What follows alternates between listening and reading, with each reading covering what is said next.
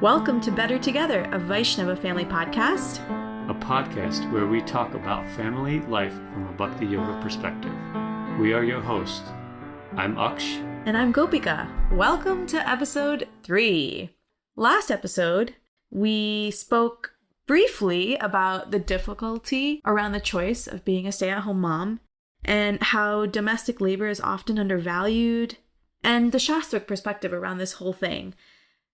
Ironically, but I always feel like Krishna is in our hearts and just kind of orchestrates things perfectly. But right after we recorded that podcast, Harrison Butker, Kansas City Chiefs NFL player, gave a commencement speech at a Catholic university.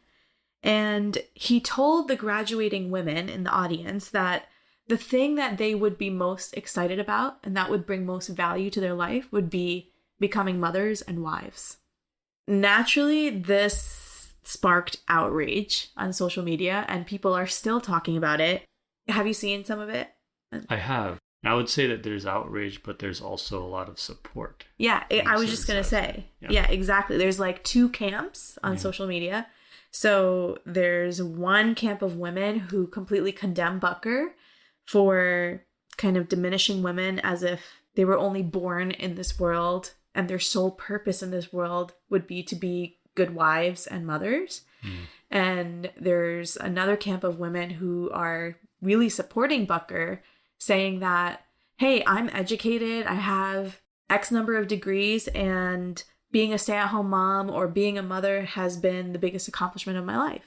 So there's this cyber battle going on, but we haven't actually gotten a chance to talk about it. And I'm curious to know, as a man and as a husband and as a father, what were your thoughts and reactions to Butker's speech? Well, if I'm honest, I think a bit mixed in the sense that it sort of feels very cookie cutter, that everyone, or I think he may even use the word most of you or something like that, will feel fulfilled in this type of role. That is homemaker. I mean, I feel like it's boxing people in. I know that for me, why I feel conflicted a little bit or mixed is that, and this is just me as someone who's a man and not really in the best place to even say this, but I'm curious, is there some level of truth to what he says? Yeah, no, totally. I mean, this might be controversial, but I do agree with you in the sense that even for me, I'm educated, I value my career. There is a part of me that wants to go back to work, and I will be going back to work in some capacity. But being a mother and raising my kids and spending this time with them has been the most difficult thing that I have done. And I think as I live my life, it will be the most important thing that I've done. I really feel that at the end of my life, raising my kids is going to be my single most important accomplishment. At the same time, I think here's the problem with the speech. One, the problem is, like you were saying, the extremes, right? Yeah. The assumption that all the women in the audience, their sole purpose in life, the only thing that they will look forward to is being a mother and being a homemaker and a wife.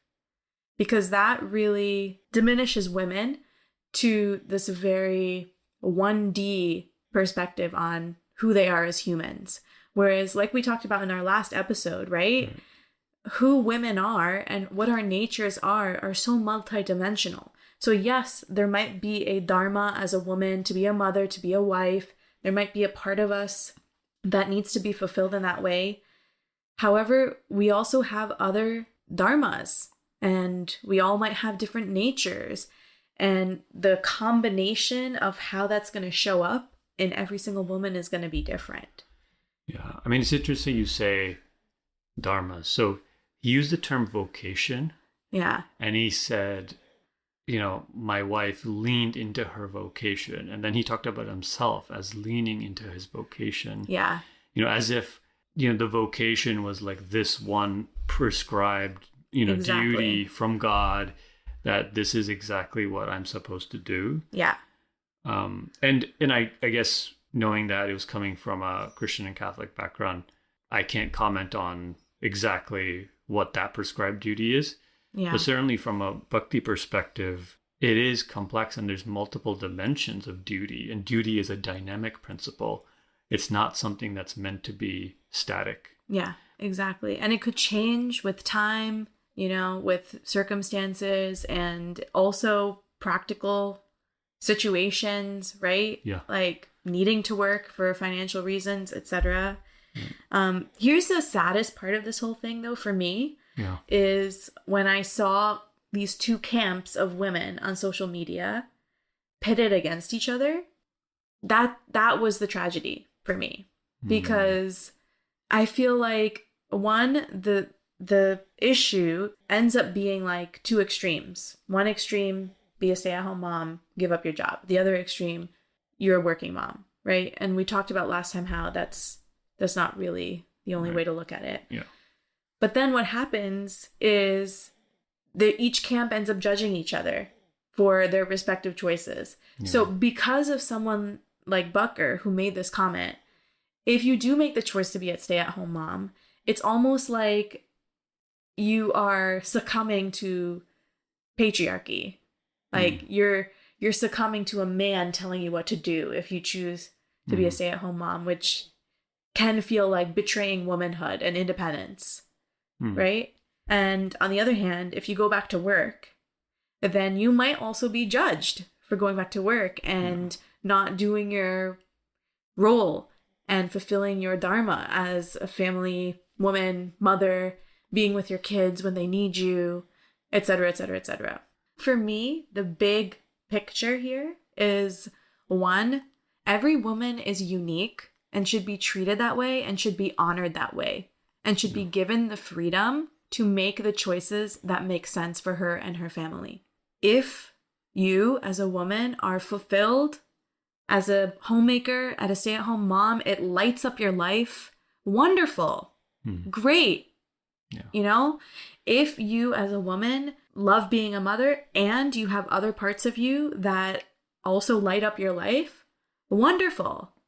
Awesome. So rather than judge each other for each other's choices and assume that there is one way to do it, embracing the complexity of humanity and womanhood and motherhood.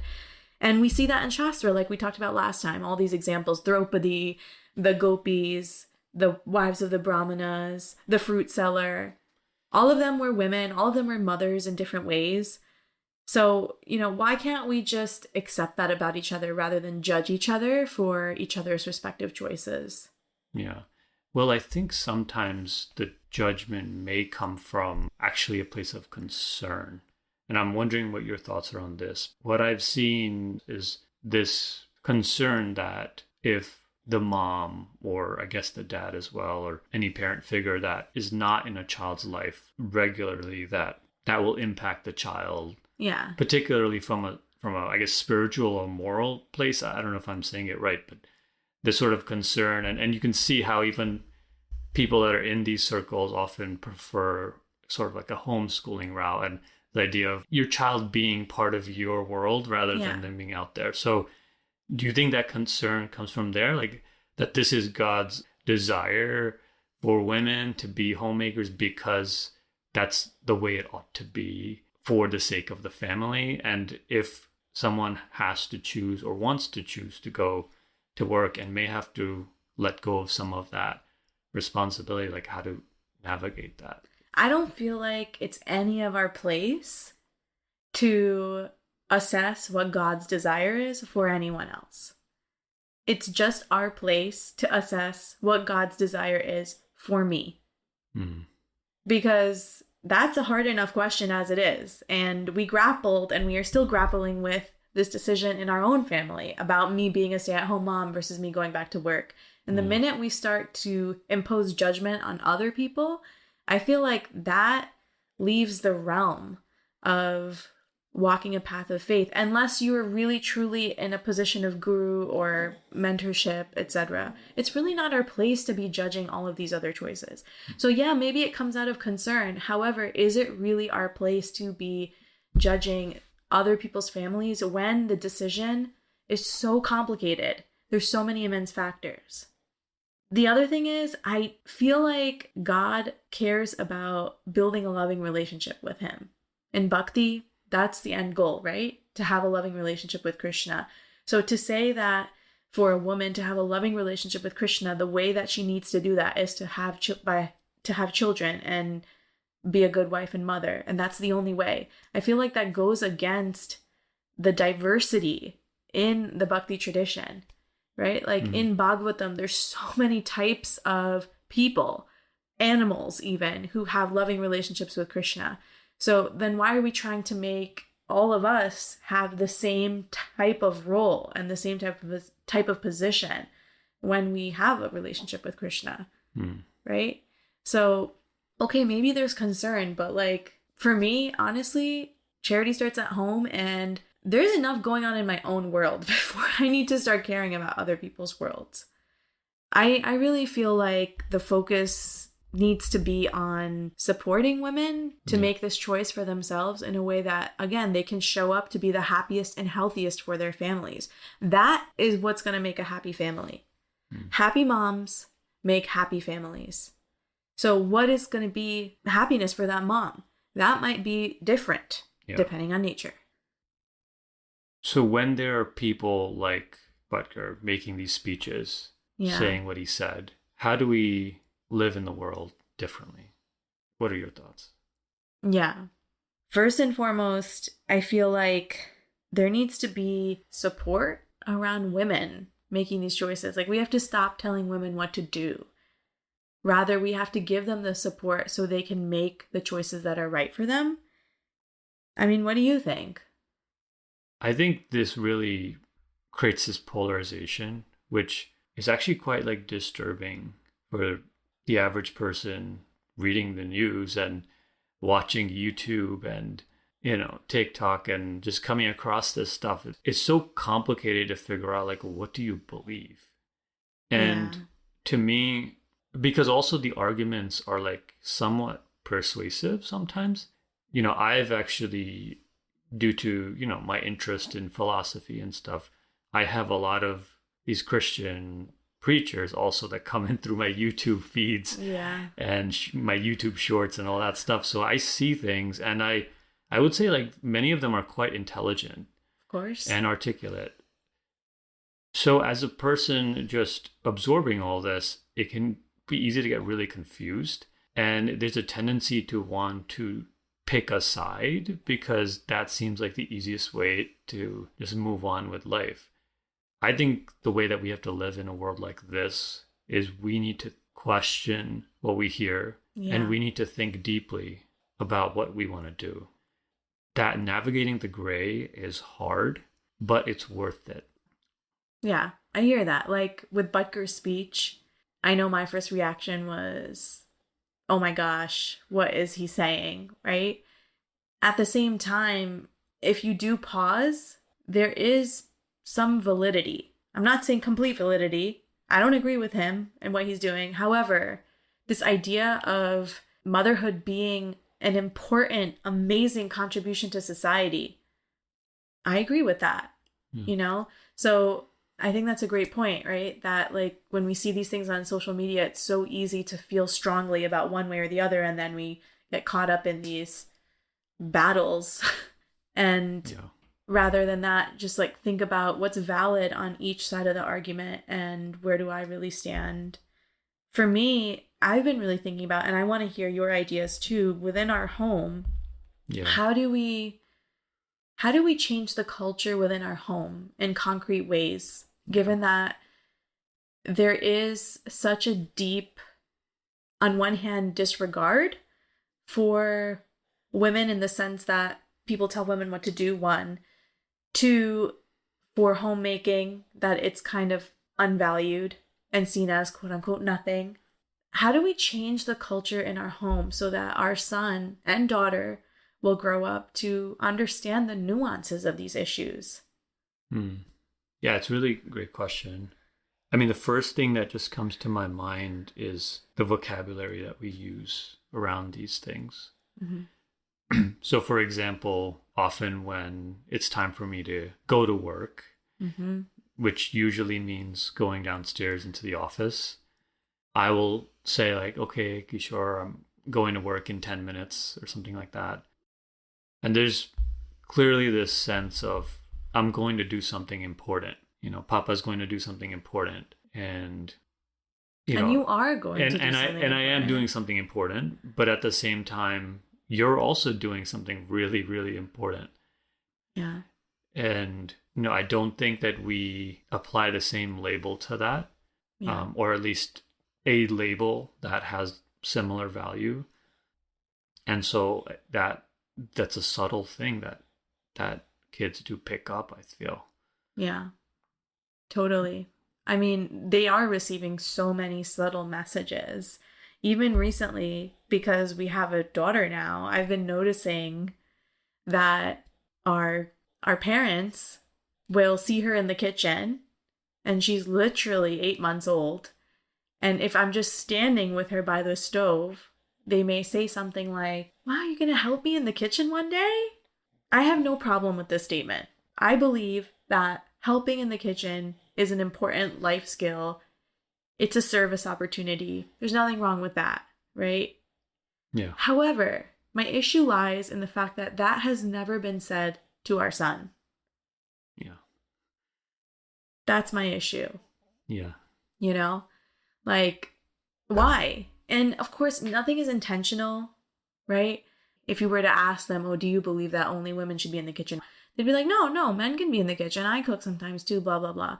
But again, the culture is so deep. And our kids from birth, literally babyhood, 8 months old, she's receiving these messages. And so is he, because he's watching this. He's hearing this. Yeah. Right? So really being mindful of that. And I'm also thinking about like having conversations with our kids about it. Yeah. Right? And maybe even opening up about how we were raised and our expectations and what we think about it now. Well, it's funny you bring that up because I have a story. So I remember a few weeks or a month or two back, I was preparing dinner and Kishore was playing in the living room as he usually does. He then came up to me in the middle of my dinner prep and asked a question. And with a very concerned tone and a look on his face, he said something to the effect of, "Papa, what are you making?" Then I told him what I was making, or I may have been warming something up and making something, I don't remember. And then he asks, "Oh, Papa, what do you know how to make?" Of course, the context of this is that I am a pretty basic person in the kitchen compared to you. You are our primary cook and kitchen manager and an excellent cook, if I may say. But, Kishore does pick up on sort of the differences there. And I think at some point, one of us maybe even said, "Papa doesn't know how to cook or know how to cook that much." And he asked, "Well, why don't you know how to cook?" And later on, a few weeks later, I brought up the conversation with him and tried to explain to him how I grew up, that things were a certain way and that might have influenced me a little bit, but it doesn't have to be that way. I asked him how he would like to, approach the kitchen, and, very enthusiastically, of course, he has his play kitchen. So he said, "I already know how to cook, and I know how to cook this, and I know how to cook that." And so I was relieved that he saw himself also contributing to the household in that way. But let me ask you, what other things do you think we could be doing as a family? I mean, for me personally, I think I also have to work on myself and look at the part of me that undervalues domestic labor. As a woman who is educated and really loved my career, I need to reframe that within myself. So instead of saying I left my career, I took a career pause. I'm choosing family right now, but that doesn't make me unworthy of respect. and I'm still doing something very important. And staying at home is not anti-feminist. Staying at home is not, a way to diminish women's rights, which is how it can be seen, especially when you have like a Butker speech situation happening. So I think I need to embody confidence in my own choice. And I have been catching myself sometimes because people ask me like, what are you doing these days? And I'll say something to the effects of like, oh, I'm just a mom right now. And just that phrase, right? I'm just a mom. Yeah. Being a mother is an immense service. Yeah. To the world. Yeah. And so I think like continuing to say these things to myself is really important. Well, I was going to say that for me, another point for us as a family, very closely connected to this, is cherishing motherhood and verbalizing appreciations. And this is something that I know I can do better, is often I sort of intuitively understand the value of what you do. But one, I don't always tell you enough, but I don't verbalize it enough out loud in a way that our son can hear it and start to understand what you're doing is also valuable. It's important. And I think I would even say that perhaps that can also help you in your process of reframing as well, because it's not really fair for you to just be there on your own, trying to see the sacrifice and reframing this sacrifice on your own, rather having some support in that and also being able to feel encouraged in that sacrifice. So I think that's something that we can do better. Yeah. And I can do better with. Yeah. Well, I appreciate you saying that. I'll try. Well, I feel like those are a good few ways that we can start with. Yeah. We never know how to end the episode. I think we're still trying to figure that part out here. So we'll just say this. We're a work in progress. We're still figuring all of this out. Let's keep on getting better together. We'll see everybody in episode 4. Thanks for joining us. Hare Krishna. Hare Krishna.